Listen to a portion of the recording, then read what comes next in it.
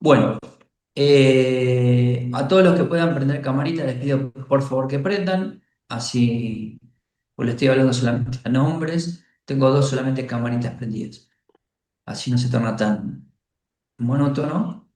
No se olviden de pasar el presente y vamos a comenzar. Vamos a retomar lo que vimos la última clase de la semana anterior a la que tuvimos que suspender, que tenía que ver con el análisis de tres autores, o por lo menos los últimos tres autores que habíamos visto, que eran la escuela del positivismo italiano, esto de la Santísima Trinidad. Los pongo en tema de lo que vimos y Recording in progress. continuamos con la temática de hoy que tiene que ver qué influencia tuvo esto, cómo cruza claramente el charco y qué influencia tuvo en toda la América Latina estas cuestiones que habíamos visto, estos principios, estas advertencias, esta corriente que empiezan a postular Lombroso, Ferri, Garófalo, ¿sí?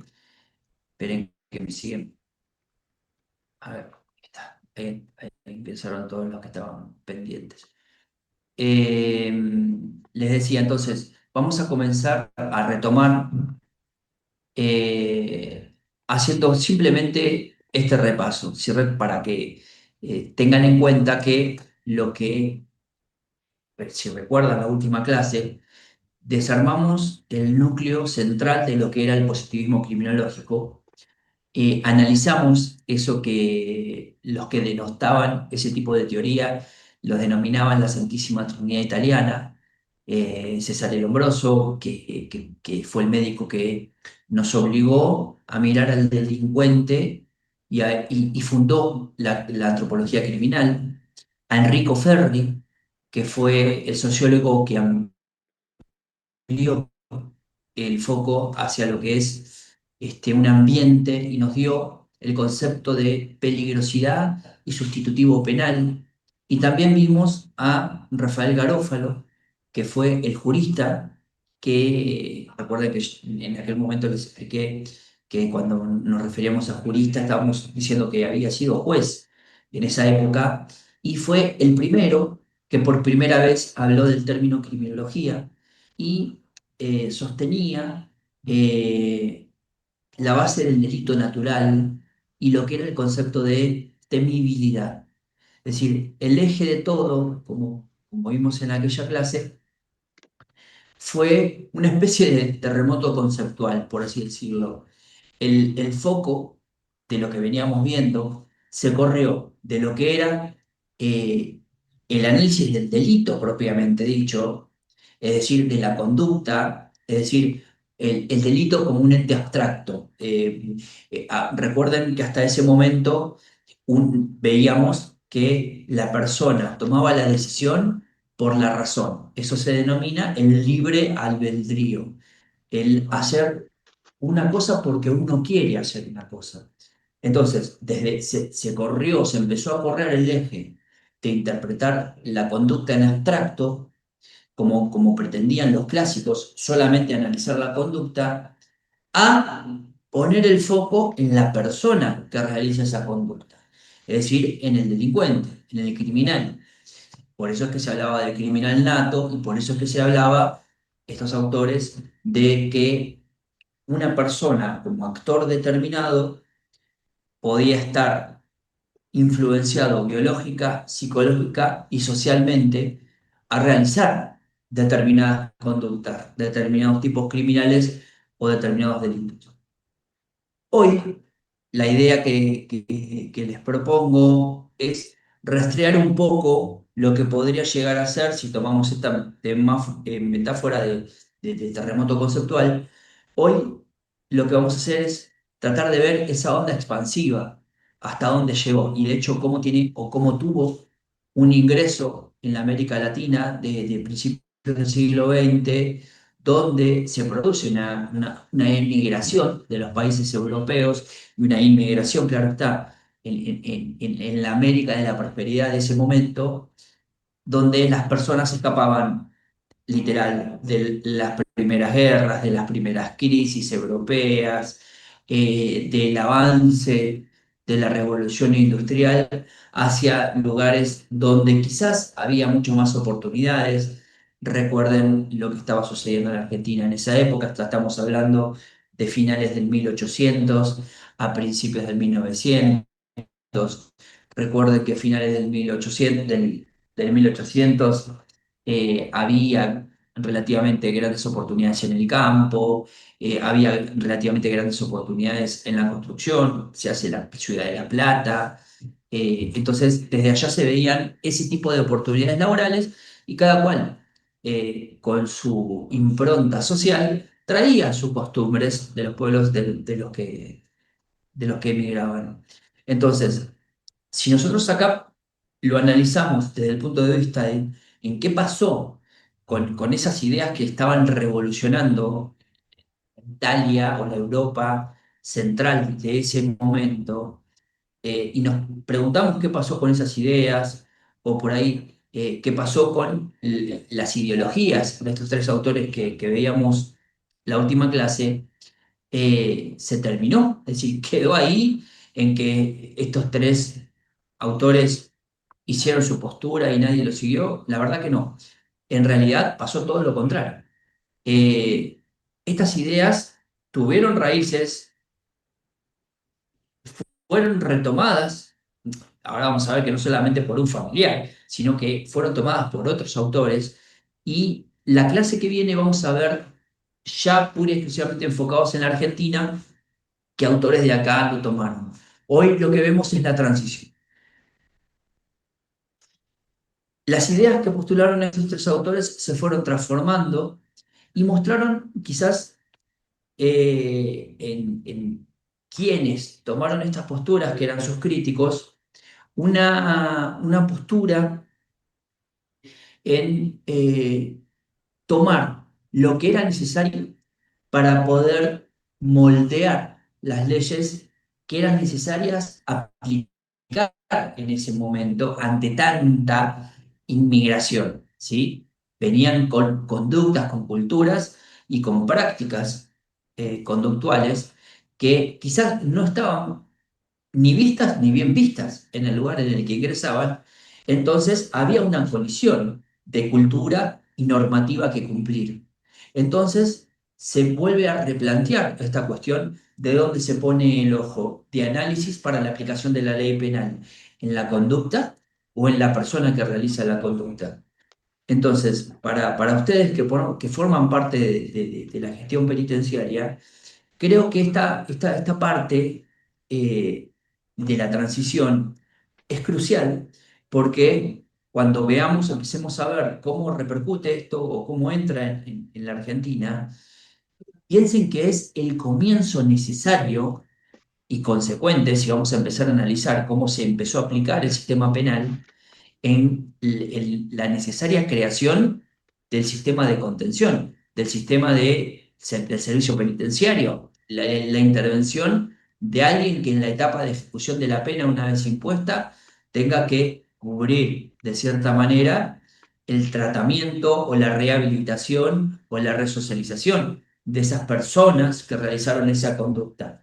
Ya les estoy adelantando que el foco no va a estar dado tanto en el delito en sí, sino en la persona, ¿sí? En el hombre criminal, en quien desarrolla esa conducta, que es lo que en definitiva después claramente va a permitir establecer las bases de las primeras leyes penitenciarias, de los primeros modelos tratamentales que tienen que ver con el trabajo, que tenían que ver con la posibilidad de la autoconstrucción de lugares de reclusión, o cómo se llamaban en ese momento, si eran reclusorios, si tenían otros nombres que ahora más adelante los veremos, y sobre todo dónde eran construidas, que por lo general, si bien, no, ahora no les voy a decir cuál fue la primera cárcel de Argentina para que lo puedan ver, eh, eran construidas en lugares alojados a las grandes urbes.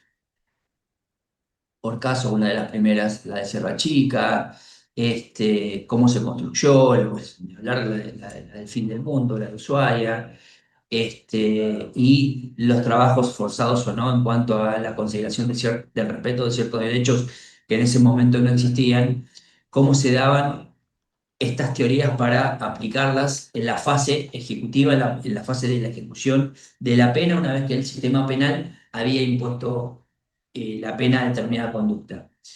Entonces, acá es donde quizás toda la teoría, esta que venimos viendo, se convierte ya en una práctica institucional, es decir, ya lo vamos a ver desde el punto de vista más práctico, donde las ideas que, a ver, para decirlo bien metafórico y arquitectónicamente, estas ideas provenientes de la Europa de esta época, es donde se convierten en ladrillos, en reglamentos, en clasificaciones, en legajos, incluso hasta el origen mismo de lo que hoy conocemos como detecciones y informes técnicos criminológicos, se componen de estos factores determinantes de la conducta para concluir o realizar las conclusiones en los informes técnicos criminológicos de viabilidad o inviabilidad de determinado acceso a determinados parámetros, sean libertades anticipadas, sean el goce de determinado beneficio, sea una salida educativa o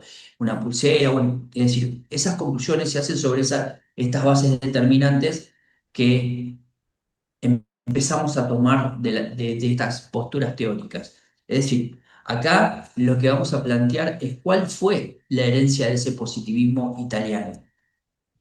Y esa herencia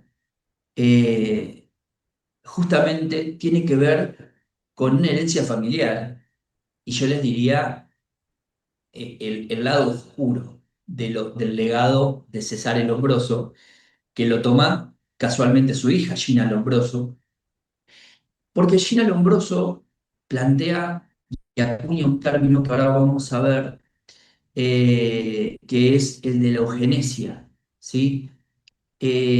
Recuerden que el positivismo no fue solo una escuela de pensamiento.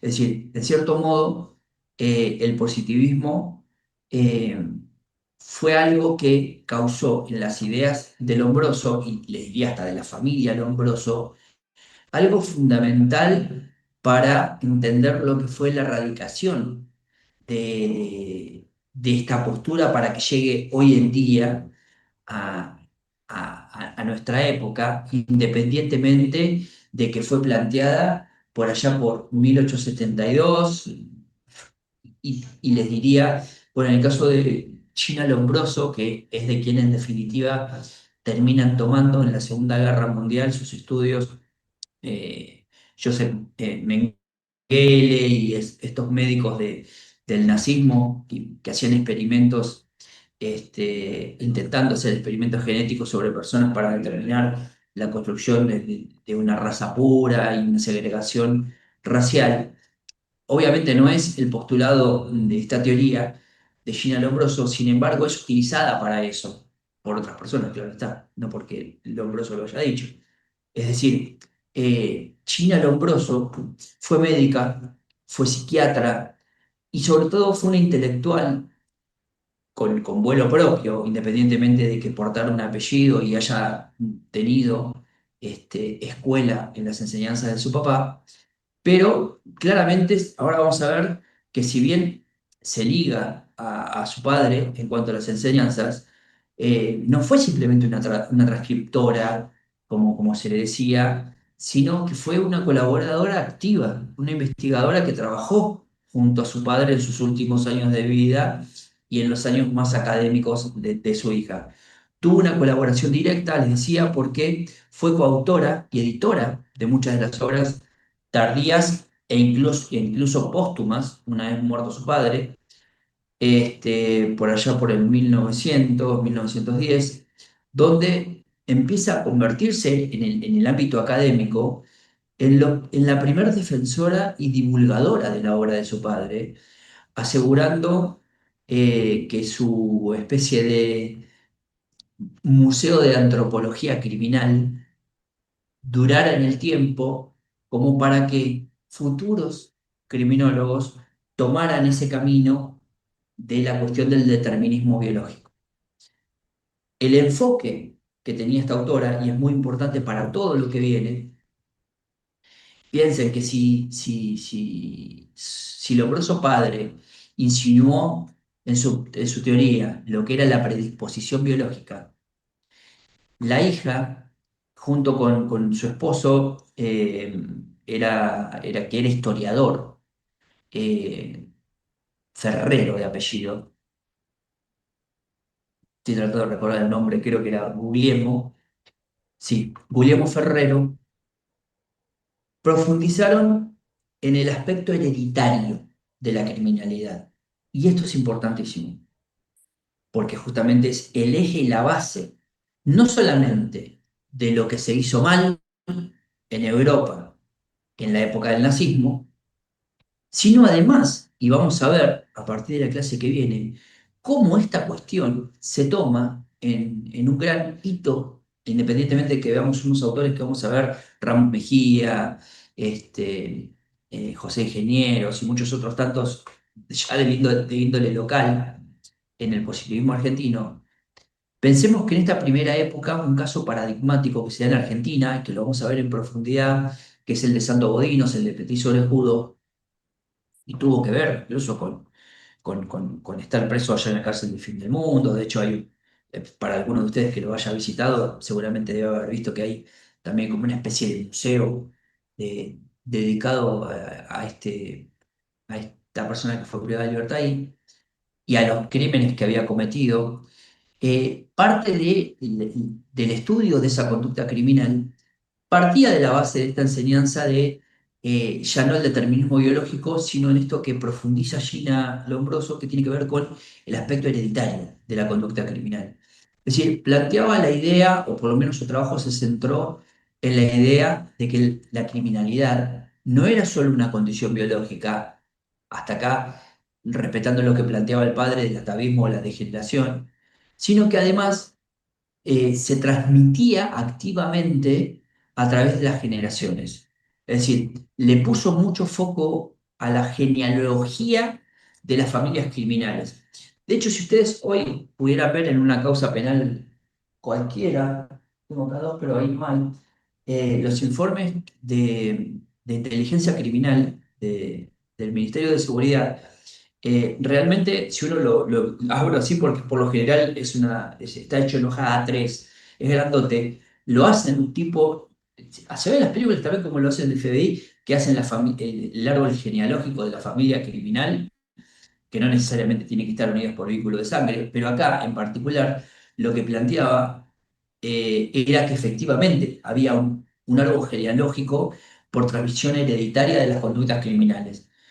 Entonces, esto, desde el punto de vista de la genealogía, eh, merecía una explicación.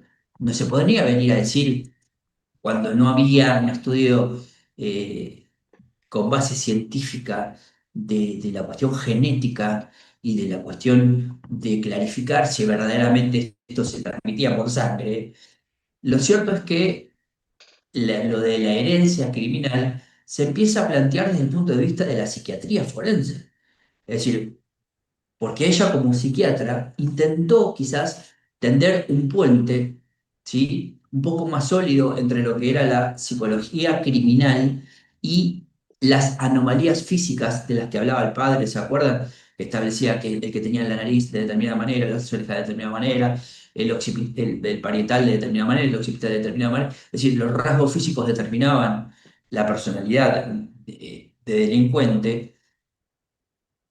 La hija plantea que no solamente las anomalías físicas eran las que contaban, sino también la psicología que se desprendía del tratamiento sobre la persona, que marcaba ciertos determinantes en la realización de la conducta y que demostraban esa relación hereditaria en la realización de la conducta criminal. Es decir, lo que buscaba esta autora eran las correlaciones que existían entre los rasgos faciales, tomando la postura del padre, y las patologías mentales específicas que conducían a una persona a realizar determinada conducta. El trabajo de Lombroso, de Lombroso hija, este, solidificó la idea de que el problema o la problemática criminal era un problema biológico hereditario, en resumen. Es decir, y si el problema estaba en la sangre, en los genes, la solución que la sociedad imagina, en realidad planteaba, se vuelve terriblemente peligrosa. Es decir, si realmente se daba en la hipótesis que lo criminal se heredaba o lo criminal se transmitía en los genes o se llevaba en los genes. Y claro, ¿qué pasa? Hay un salto lógico. ¿A dónde deriva claramente como embudo esta clase de pensamiento? En conceptos que tienen que ver con la peligrosidad y pasamos de peligrosidad incluso a la eugenesia. Eh, Vamos a ver bien lo que es la eugenesia para que se entienda cómo fue utilizado realmente por estos personajes que les decía en la Segunda Guerra Mundial para exterminar gente, para cometer genocidio. Y no solamente les adelanto que esto fue tomado acá, creo que lo adelanté en la última clase que tuvimos juntos, que esto incluso repercutió en el apartheid en el sur de África, piensen en Mandela cuando fue preso, cuando se mata, esto se ve en una película que me gusta mucho, todavía anda dando vuelta por Netflix, que se llama Lágrimas del Sol, es de guerra, pero ahí se ve, desde acción con Bruce Willis, y ahí se ve mucho esta cuestión justamente de la segregación o la lucha racial y la necesidad de entender que si sos de determinada familia hereditaria, no tenés las mismas chances que tiene otro tipo de familia. Y planteado desde el punto de vista de la conducta criminal, es muy grave para justificar por qué unos sí y otros no, si lo tenemos en cuenta desde este punto de vista. Es decir, el positivismo acá sí nos muestra su lado más oscuro. eh, Realmente esta transición, si bien ha influido bastante, muestra este costado que no debemos dejar de saberlo para verdaderamente entender por qué o el porqué de la justificación de muchos actuales que tomaron estas teorías. Es decir, si la ciencia puede identificar, piensen en esto, ¿no? Si podemos identificar a las personas que son anómalas, peligrosas, incluso para entender a aquellos que cometen hoy delitos contra la integridad sexual, es decir, darnos cuenta quiénes son los degenerados. Piensen incluso, fíjense ustedes cómo a veces se disfrazan cierta clase de pensamientos. Esto hago un paréntesis, los traigo a la realidad de hoy, 2025. Piensen que no hace 5 años, 6 años, 10 años atrás, hubo proyectos de ley, varios proyectos de ley de distintas fuerzas políticas, esto no tiene que ver con una decisión política, sino con un tipo de mentalidad. Se planteaban proyectos en los cuales había para cierta clase de delitos registros. Recuerden en la clase, en el tipo de los delitos de abuso sexual a los imputados, querían hacer un registro genético de imputados por delitos de contenido sexual. Ni hablar que por medio de sentencia, ¿eh?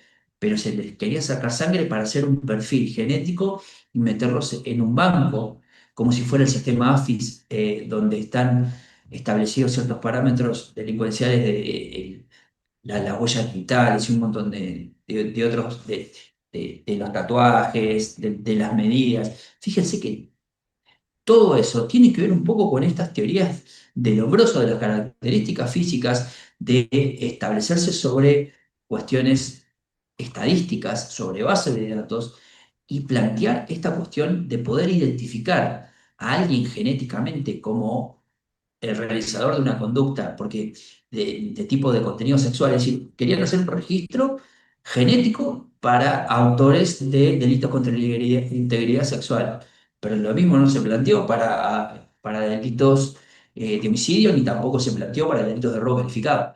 Es decir, tenía más que ver no con la persona delincuente, sino volvíamos a la postura, volvimos en los últimos tiempos a analizar el delito, pero el delito sin perder de vista a la persona que lo realiza y discriminando a, jurídicamente hablando, a la persona que lo realiza. Vos realizaste este tipo de conducta, genial, vas a este registro. Vos realizaste este tipo de conducta, genial, vas acá. Entonces, ese encasillamiento que hoy se da tiene, si se quiere de alguna manera, una raíz en esta parte que todos criticamos como la versión o el lado oscuro del positivismo, de la teoría positivista. Es decir, fíjense que la posibilidad de identificar a las personas que cometen esta clase de delitos como anómalos, peligrosos, lo decía, degenerados, a los que cometen delitos contra la integridad sexual, y pensamos o creemos que esa cuestión es hereditaria, eh, pregúntense si la sociedad no debería científicamente eh, gestionar a las personas para evitar que se reproduzcan, si esto se transmite hereditariamente. ¿Me explico a dónde voy con el tipo de pensamiento? Es, si esto se transmite hereditariamente, evitemos que se reproduzcan. ¿Y cómo evitas que alguien se reproduzca? Así nace el concepto de la eugenesia. Fíjense que en países de Estados Unidos se planteó la posibilidad de dar esas vacunas de infertilidad para delitos de abuso sexual. ¿Sí? Sí, el famoso bloqueo de reproducción para que no puedan procrear. El concepto de la eugenesia en el positivismo realmente es tremendo, porque plantea esta cuestión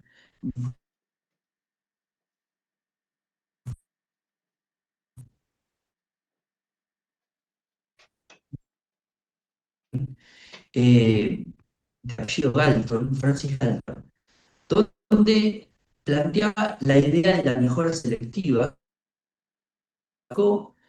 Acá dio un impulso gigantesco y se manifestó de dos maneras. Planteaba la eugenesia positiva y la eugenesia negativa, estableciendo que la eugenesia positiva se daba para promover la reproducción de los mejores, es decir, para alentar a los individuos considerados superiores, mientras que la eugenesia negativa era la que impactó directamente en el sistema penal, que consistía impedir o reducir la reproducción de aquellos considerados inferiores o de la sociedad.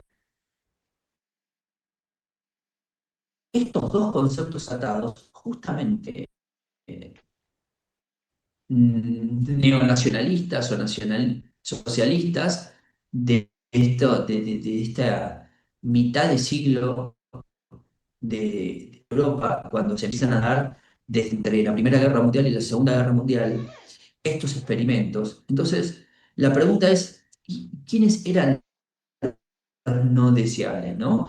Porque justamente las personas, los delincuentes natos, aquellos a los que señalaban, los locos, los degenerados, los anómalas, los dementes, eran justamente quienes tenían pasaje de ida a los campos de concentración.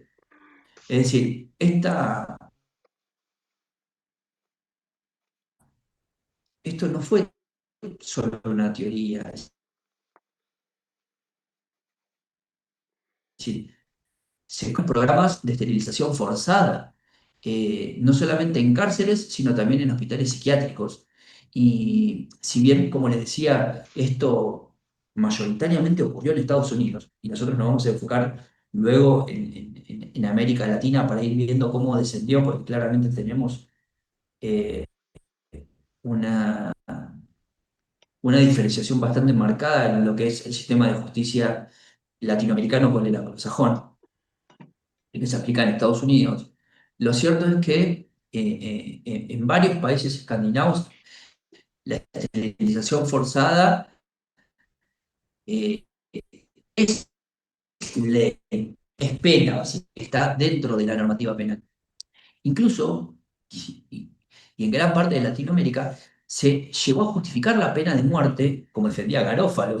No nos olvidemos que Garófalo, a pesar de ser jurista, lo planteaba, no como un castigo, sino como una limpieza genética. Es decir, para eliminar un linaje, estamos hablando de esto de la herencia criminal, para borrar del mapa el linaje que resulta defectuoso. Y esto, lamentablemente, se justificó o utilizó para justificar la segregación perpetua en prisiones. Es decir, fíjense que Estados Unidos se debate en algunos estados en sacar la pena de muerte. Sin embargo, paradójicamente, en esos estados donde se saca la pena de muerte, se plantean condenas de 500, 600 años, o condenas a 4 cadenas perpetuas.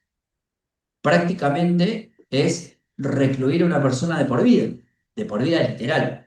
Hablando que en la Argentina por ahí tenemos penas máximas de determinado esquema temporal, elevado si se quiere para algunos, incluso en ciertos puntos del código establece que aún en el Código Penal actual de hoy, nuestro argentino, establece que aún en una sumatoria de concursos reales, el máximo no puede exceder de 50. Estamos hablando que en una prisión perpetua, una condicional es posible recién a los 35. Entonces, en ese parámetro entre 35 y 50 podríamos pensar en una penalidad, pero claramente, excepto la reclusión por tiempo indeterminado del artículo 52, por cuestiones que tengan que ver con un eje en la peligrosidad. Lo cierto es que tenemos una fecha de vencimiento hoy en nuestro sistema penal y ustedes en las cárceles respecto a determinadas personas. En este sistema anglosajón y siguiendo esta postura del lado oscuro del positivismo criminológico, la verdad que no.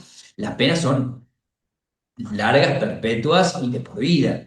Entonces, hay una especie de segregación perpetua en las prisiones. Entonces, quizás el punto culmine y más terrorífico, si se quiere, de utilizar esta lógica, es como les decía, fue la justificación de la segregación en campos de concentración.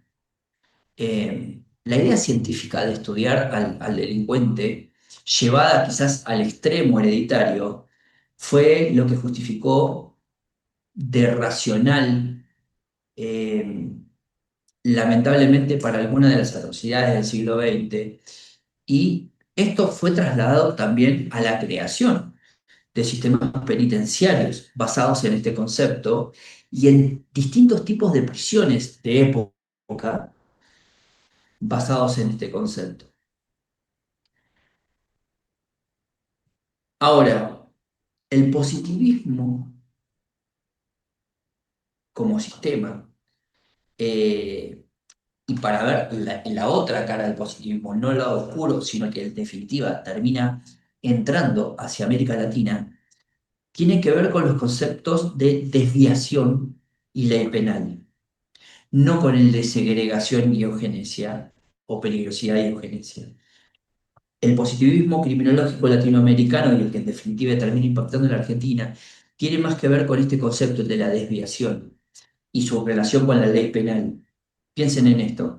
Si el positivismo puede justificar la intervención de la ley penal en la conducta de la persona, primero se necesita ampliar un objeto de estudio, no solamente en el delito, no solamente en la conducta, sino que tienen que estar unidos el objeto de estudio de la criminología, de la conducta criminal. No se puede analizar la conducta sin analizar el resultado y no se puede analizar el resultado sin analizar la conducta previa y la conducta posterior. Es decir, aquel que en definitiva se arrepiente o cómo lo tenemos que tratar una vez realizada la conducta. Entonces, acá ya no basta el delito en sí, la violación a la ley penal. El concepto que se necesita va mucho más allá, es analizar por qué se realizó esa conducta y empieza a plantearse este concepto de desviación. El concepto criminológico de desviación tiene que ver con una cuestión, eh, un concepto más sociológico. Es decir, el positivismo adaptó esta postura de la sociología jurídica a su objeto de estudio, que es la conducta criminal. Es decir, referirse a cualquier comportamiento, cualquier creencia, porque también tenía que ver con la cuestión cultural que la persona traía de su lugar de origen, o incluso características que se alejaban de las normas, valores o expectativas de un grupo social que trae esa persona consigo mismo, en cómo en su cultura se respetaba a la mujer, de qué manera determinados delitos o conductas criminales que para nosotros son delitos, quizás en otras culturas no lo son.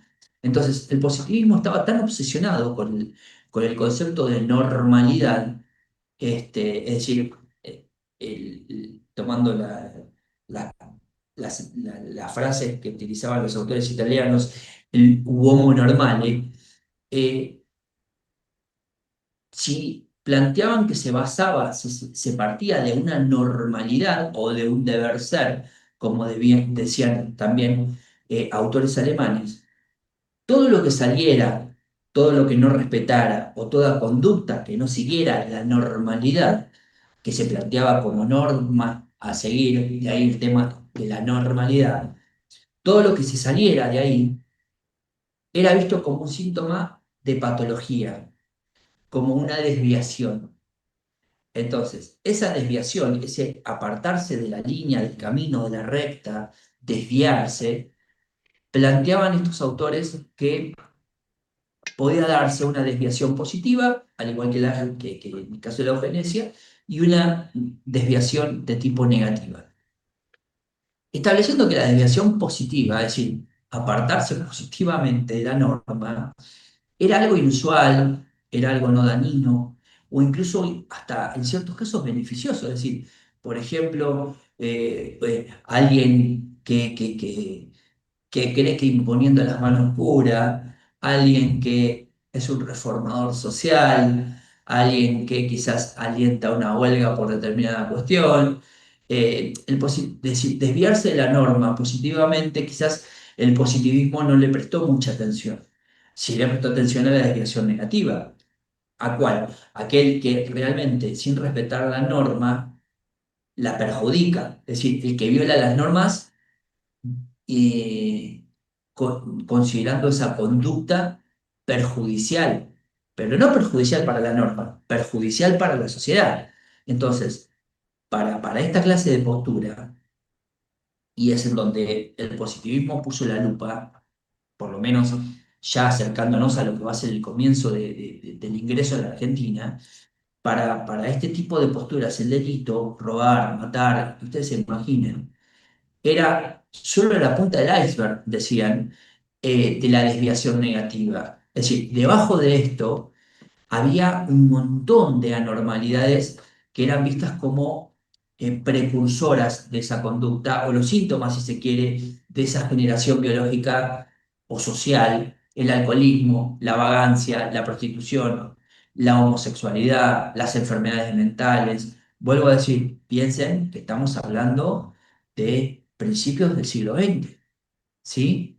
Donde todas estas características eran tomadas como influyentes en la realización de las conductas criminales, e incluso, si ustedes analizan hoy el artículo 40 y 41 del Código Penal, las agravantes genéricas se van a encontrar con algunas cosas de estas. Agravantes genéricas, aquello que en la norma penal, el que matare a otro, 8 a 25. ¿Por qué 8? ¿Por qué 25? ¿Por qué más cerca de 8 o más cerca de 25? El juez, para hacer la subsunción normativa y la clarificación de pena, recurre a los agravantes genéricos. Y dentro de los agravantes genéricos están este tipo de características. Si es consumidor de alcohol, si tiene antecedentes, si ha sido procesado en otras oportunidades, si llegar a ser un antecedente, si con quién vive, con quién no vive, si tiene casa, si no tiene casa, si toma alcohol, si consume estupefacientes, si tiene algún tipo de enfermedad mental. Es decir, el sistema penitenciario en esta época, en esta primera época del siglo XX, y el sistema de defensa social que hoy ustedes gestionan, históricamente, en realidad, no fue creado solamente para personas que delinquían, ¿eh? Es decir, fue utilizado para gestionar la desviación en todas sus formas. Es decir, las cárceles estaban llenas de gente que vivía en la calle, de, hay crónicas de esa época que hablaban, esto lo ven en el Museo del Servicio Penitenciario, de mal entretenidos, es decir, las mujeres descarriadas. Ver ese concepto en lo que fue el origen de las cárceles de mujeres es realmente llamativo, ¿sí? Por no decir otra cosa. Conceptualizando hoy el sesgo de género que pretende o se debe tener en el Código Penal y en la aplicación de la ley penal y en las sentencias judiciales incluso, el objetivo no era el de castigar un hecho, era controlar a la persona desviada, ¿sí? Entonces, lo que empieza a suceder cuando empezamos a criticar, o se empieza a criticar en aquel momento estas posturas, el positivismo empieza a entrar en tensión. Es decir, acá tenemos que hacer una distinción bastante clave. Es decir, cuando hablamos de positivismo en el sistema penal, nos referimos a dos cosas que siempre entran en conflicto, que tiene que ver con el positivismo criminológico, que es el que nosotros tenemos que estudiar, y el positivismo jurídico. Son dos cosas totalmente distintas. El criminológico está centrado en la persona, en el actor, en el sujeto activo, en su peligrosidad, en qué fue, en el determinismo, es decir, en qué fue lo que lo llevó a realizar esa conducta, e incluso en la defensa social, donde por ahí se piden penas indeterminadas, tratamientos que son más individualizados, incluso en ciertos casos, por determinada persona no va una pena, sino que va una medida de seguridad. En cambio, en el positivismo jurídico, o el que muchos autores denominan como el positivismo legal, más que una corriente de pensamiento es una filosofía y tiene que ver con la filosofía del derecho, que establece que la única ley válida es la ley escrita. El que el juez tiene que ser un aplicador mecánico, un aplicador objetivo y neutral de esa ley. ¿Qué dice la ley? Dice esto, ¿qué conducta se realizó? Se realizó esta, es típica, antijurídica y culpable, adentro. ¿Sí? Es decir, no planteaba el quiebre en dónde se daba un quiebre de la antijuricidad o dónde se daba un quiebre de la culpabilidad, ni se enfocaba pura y exclusivamente en las condiciones determinantes de la conducta. Planteaba, dado esto, se aplicaba esto. Entonces, el positivismo jurídico, buscando la objetividad y la previsibilidad en la realización, por ejemplo, de juicios, está basado, claro está, sobre principios que tienen su raíz constitucional, eh, en la legalidad, la neutralidad, el principio de legalidad de la Constitución vigente, es decir, desde 1853, reformada en el 94, este artículo no se modificó, el 18, que plantea el principio de legalidad, de que no hay delito sin ley, sin pena ni ley previa, ¿sí? Que es el pilar de los clásicos que el positivismo jurídico respeta. Pero por sobre todo las cosas, el principio de neutralidad. Es decir, el juez debe basar su decisión en hechos y pruebas, no en su propia moral personal, cuestión que no ocurría a principios de siglo, justamente por los determinantes de la conducta. Esto permitía, básicamente, esto de una justicia predecible, porque la aplicación de la ley transmitía una seguridad jurídica porque se aplicaba por igual a todo el mundo sin hacer distinciones. Y ahí, es decir, quiero ver si se dan cuenta dónde existe la tensión. Es decir, la tensión se daba en la manera en la que uno tenía que tratar a la persona luego de que cometía el delito, en la gestión penitenciaria. Es decir, el positivismo criminológico les pide a quienes controlan la ejecución de la pena que elaboren un informe sobre la peligrosidad de un interno. su evolución, el diagnóstico, si hablamos que de hecho el diagnóstico se lo pedimos a los psicólogos en los informes técnicos criminológicos, donde ponen el foco en el actor y muchas veces incluso aconsejan o desaconsejan ciertos pasajes de la progresividad de la pena. En cambio, el positivismo jurídico le dice al juez, usted solo tiene que aplicar la pena que la ley escrita establece para ese delito, punto. No le tiene que importar todo lo demás. Claro, todo lo demás nos importa después, para la rehabilitación, para la resocialización, una vez que la conducta ya fue dada. No piensa en el prevenir el delito, sino en el castigar. Y en el castigar no como retribución, como venimos viendo, sino como rehabilitación.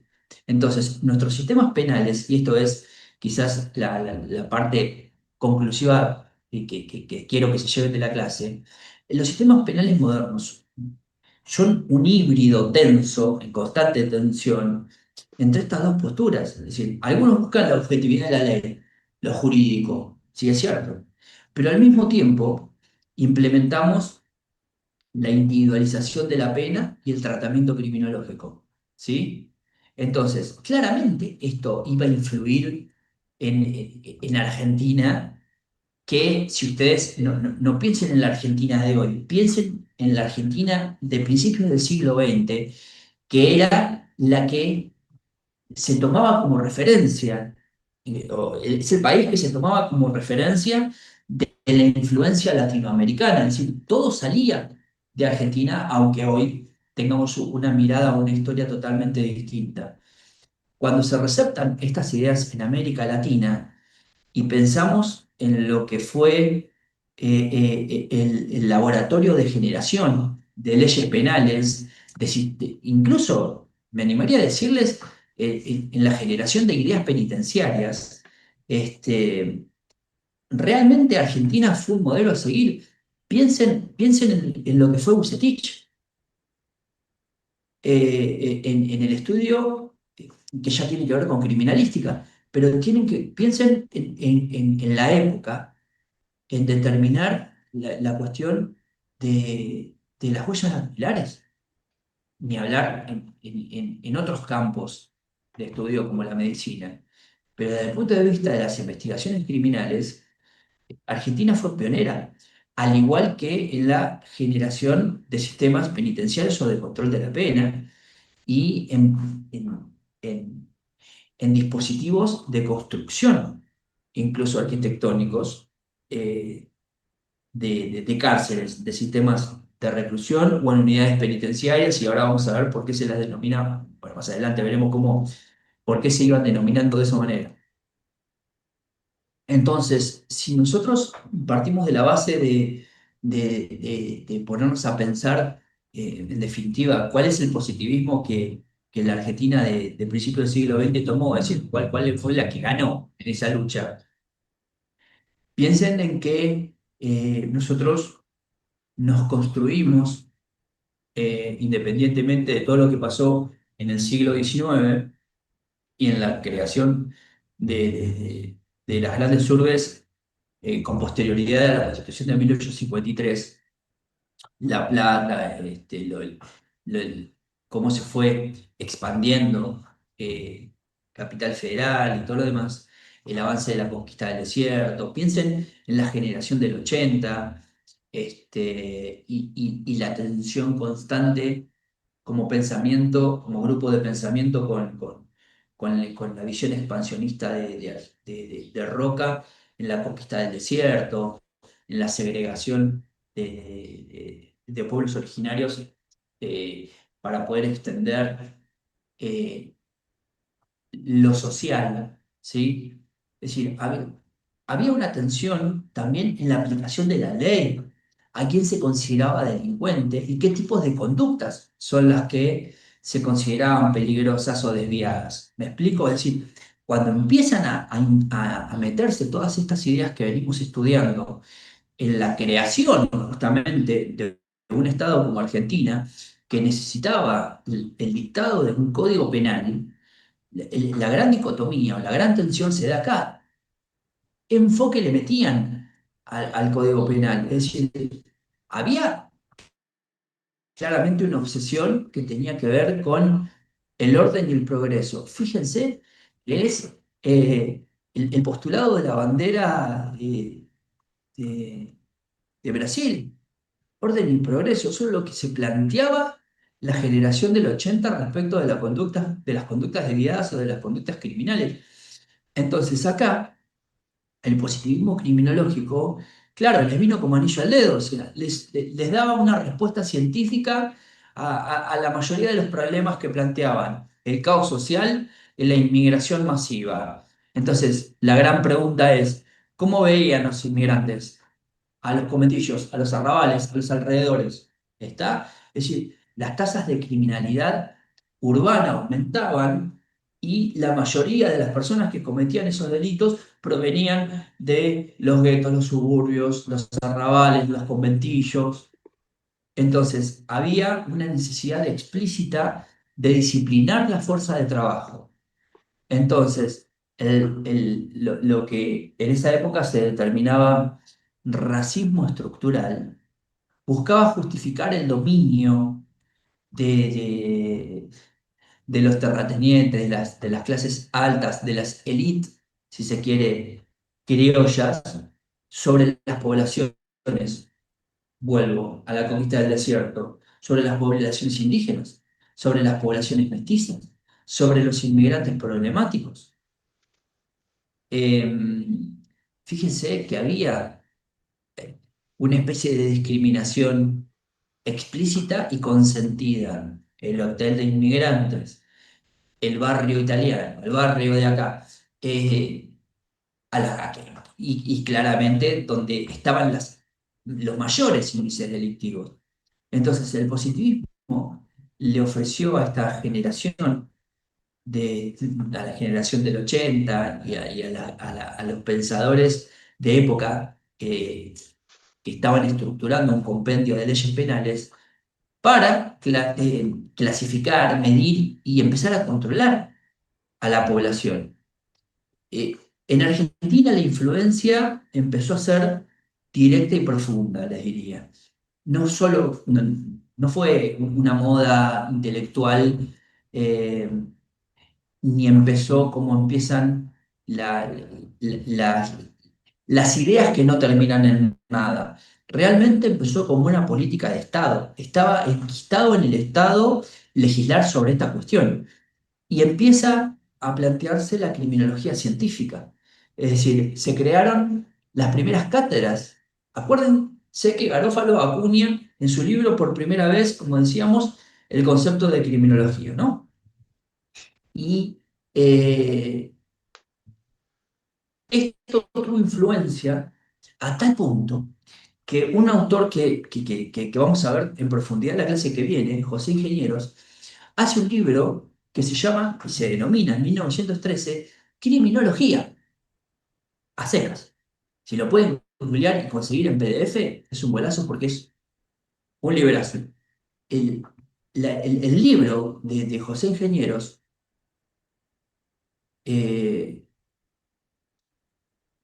a ver, no quiero herir susceptibilidades, pero realmente es la Biblia del positivismo argentino. Ingenieros fundó y dirigió durante mucho tiempo el Instituto de Criminología, de lo que era denominado la Penitenciaría Nacional.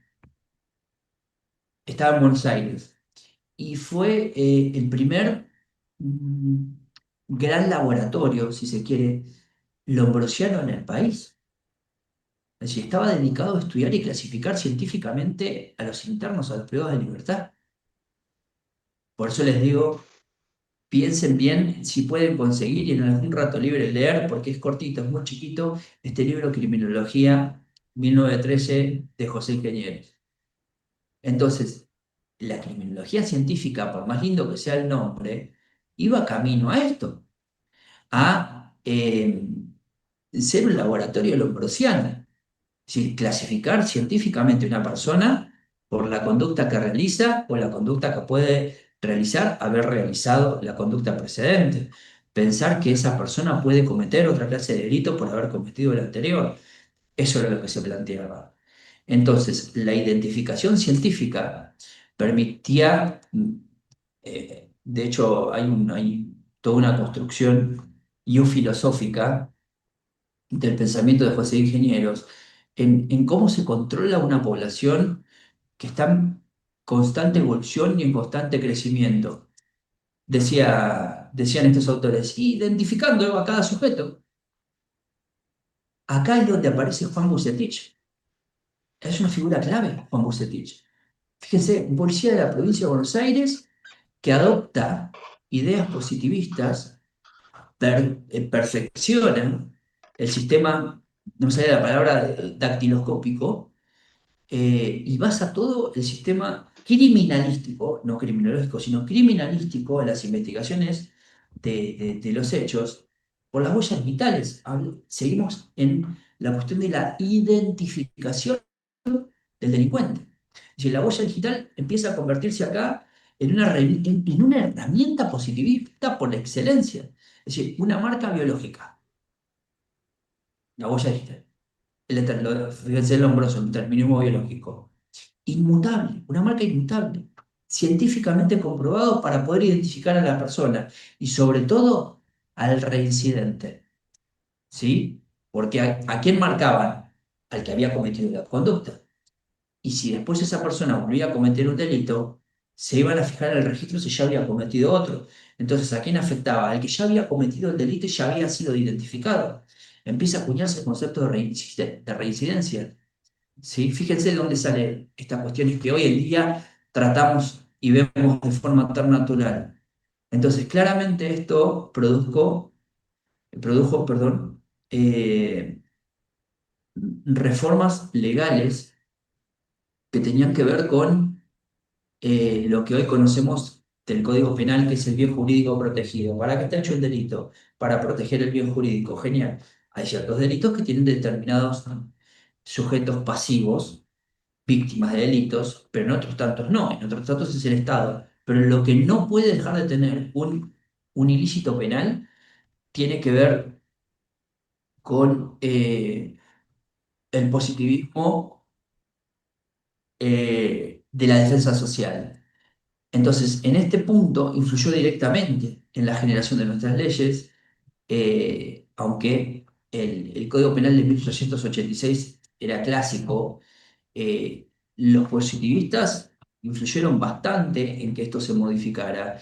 Y de hecho, acá empezamos y que después, como les decía, vamos a ver con mucho más detenimiento el proyecto de Código Penal de 1906, donde ya redactado por personajes positivistas, con un asesoramiento directo, acuérdense de la época, en 1906, de Enrico Ferri, los asesoró y tenía que introducir las palabras que hoy en día tenemos: medida de seguridad, peligrosidad.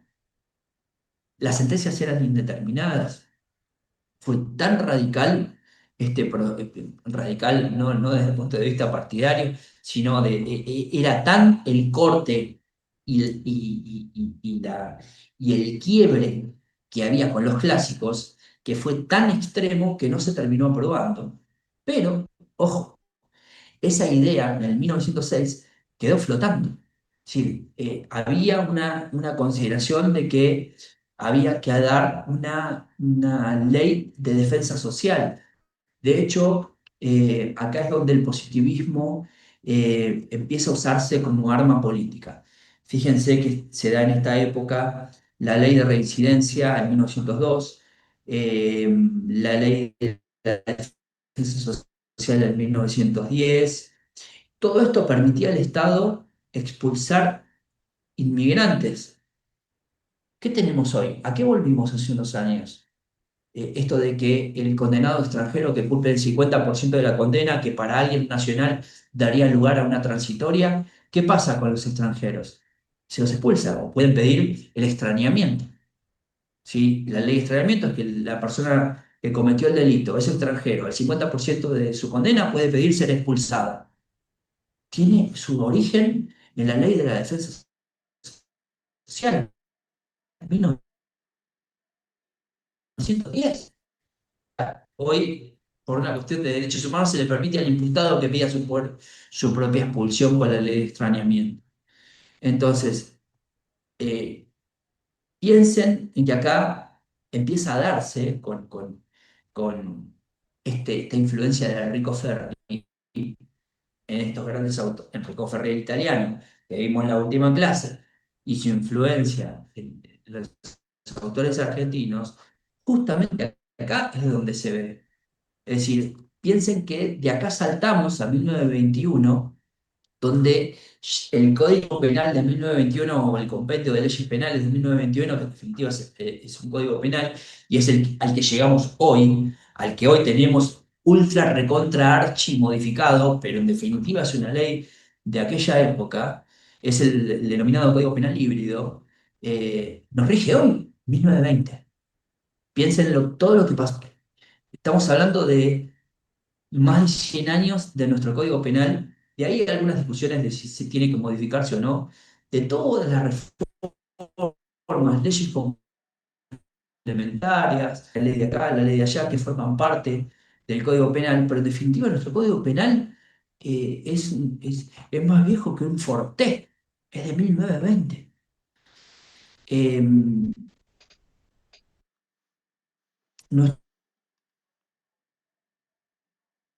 Código Penal fue una solución, si es neoclásico, no es como el del 1880, ni tampoco es como pero en su base se respeta esto que veníamos hablando, del principio de legalidad, se habla de la culpa, se habla de la proporcionalidad del delito, como veíamos en estos autores de la Europa de aquel siglo, pero tiene mucha filtración positivista.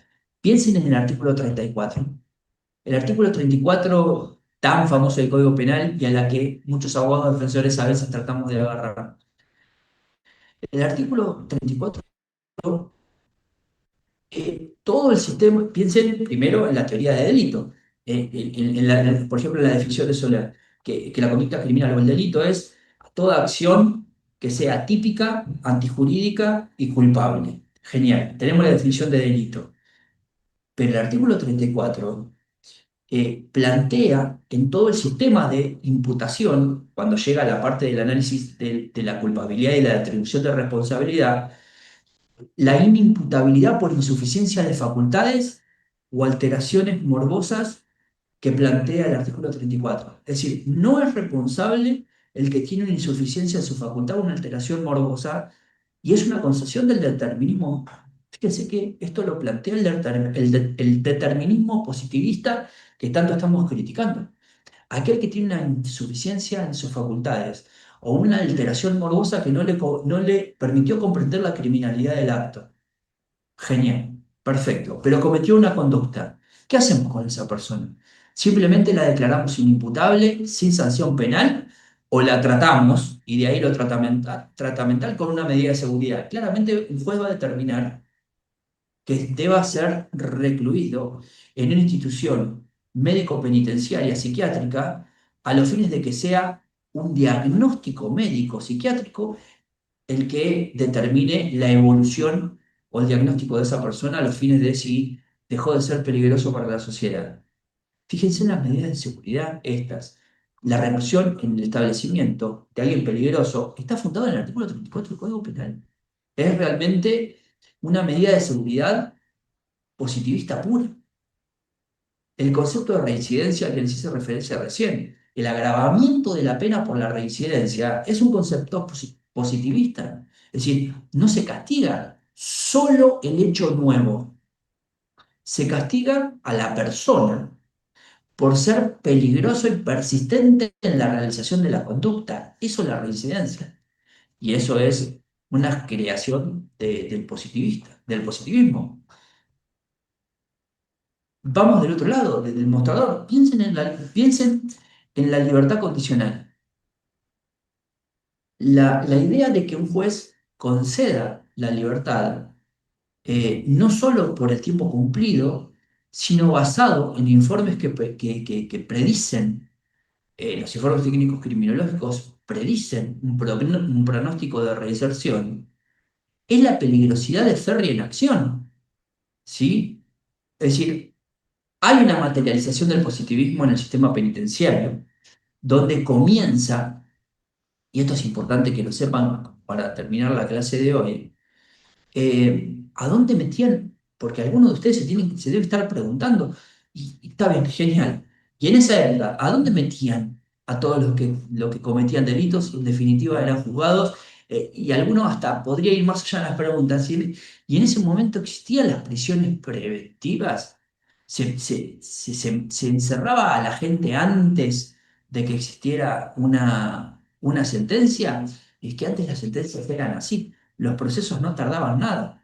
A la persona se la detenía, se le leía los derechos, se la juzgaba y al otro día ya estaba condenado. No se predicaba el proceso penal que conocemos hoy.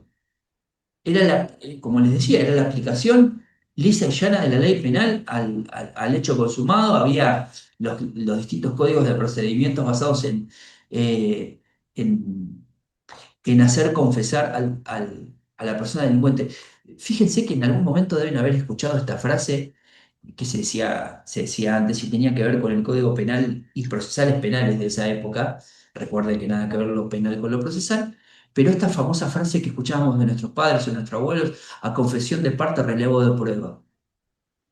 Claramente a la persona la detenían, el tipo confesaba el hecho, ya está, no se necesita más nada, se lo acaba de confesar. Bueno, te sentencio tal de pena. Los procesos duraban 24 horas, ¿sí? En el sistema de prueba tasada, de un código de procedimiento penal de prueba tasada. Entonces, pensando en estas cuestiones, fíjense que a dónde iban, partí con eso, que piensen en dónde iban, a dónde metían a la gente. Estaba en esa época la Penitenciaría Nacional, estaba en la calle Las Heras, donde hoy, si alguien conoce Capital Federal, donde hoy está el Parque Las Heras, era un lugar donde había un centro de estudio y clasificación, y dentro tenía el Instituto José Ingenieros, claramente. Eh, y para los reincidentes más peligrosos, se había creado, ¿sabe cómo se llamaba el presidio del fin del mundo?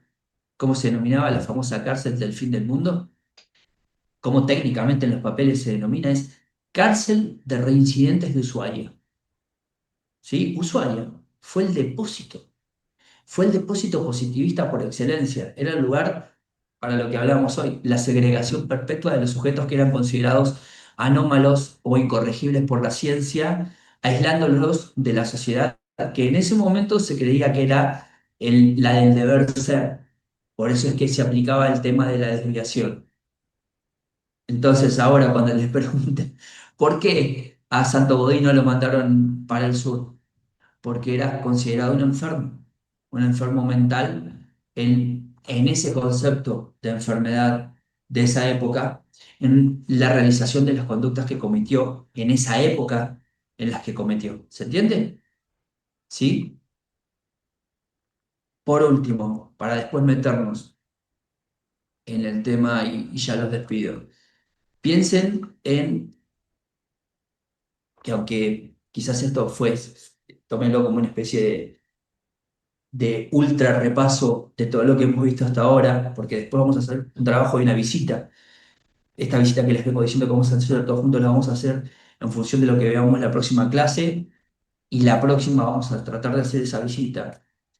eh, es una época en donde empieza a individualizarse la pena, en donde empieza a pensarse en el tratamiento de la conducta o en el tratamiento penitenciario, donde empieza la idea de que la cárcel no solo debe castigar, sino intentar rehabilitar. La existencia misma de el futuro de los roles de ustedes, de los equipos técnicos criminológicos que deberían estar compuestos sistemáticamente por psicólogos, sociólogos, trabajadores sociales, médicos. Esto es un invento positivista y lo tenemos hoy dentro del sistema penitenciario. La recopilación de estadísticas para entender el fenómeno criminal. ¿Sí? En definitiva, ¿para qué se da? Para justamente poder diseñar mejores políticas penitenciarias y política criminal. tiene, claro, está un legado negativo también si pensamos en la estigmatización y en el etiquetamiento. Si la idea de que se puede marcar a una persona como peligroso o irrecuperable basado en su biología o en su pasado y la justificación científica del racismo y la discriminación dentro de un sistema penal lleva claramente a cuestiones que tienen que ver con abuso de poder, le da eh, mucha preponderancia al experto, al médico, al criminólogo, al director de los lugares de encierro de época, de esa época, sobre la vida y el destino de las personas. A veces incluso por encima de las garantías legales, incluso fíjense en esto que hablamos de la eugenesia visto desde el punto de vista de la segregación. Bueno, me está alborotando sacarlo de acá para allá, llevarlo a la unidad más alejada que tengamos en la provincia de Buenos Aires. Eh, esta cuestión de los indeseables, ¿no? Hoy, claro está, gracias a Dios, trabajamos sobre otros parámetros, es decir, hoy el paradigma este de derechos humanos que rechaza ese determinismo, esa eugenesia, esa cuestión biológica o hereditaria, tampoco tenemos que ser tan ingenuos de que el fantasma del positivismo, claro, está, sigue recorriendo en los pasillos de las unidades penitenciarias de la provincia de Buenos Aires. A ver, hoy ustedes ven un legajo criminológico y les digo la verdad, yo cuando tengo que analizar los legajos criminológicos en los expedientes penales, cuando pido un anticipo de libertad, sea por condicional o asistida o cual fuera, y tenemos que analizar, porque me corre un traslado después de que lo analice la fiscalía, esos informes técnicos criminológicos no dejan de ser una junta de evaluación y seguimiento, utilizan la palabra tratamiento pronóstico y están utilizando herramientas que fueron forjadas por el positivismo.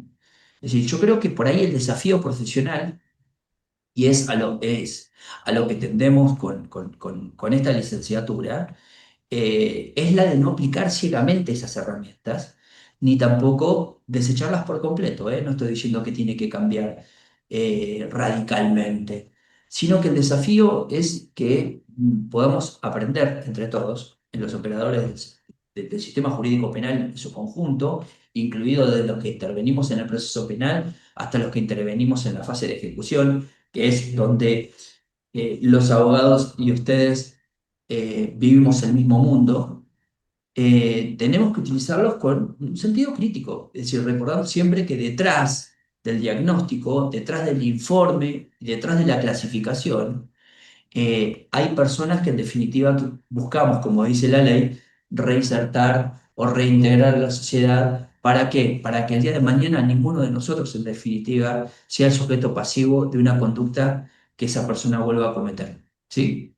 Así que bueno, con esa aspiración dejamos la clase de hoy, concluimos la clase de hoy y ya la clase que viene nos metemos un poco más de lleno con los autores argentinos que hicieron la modificación de todo el sistema jurídico penal argentino.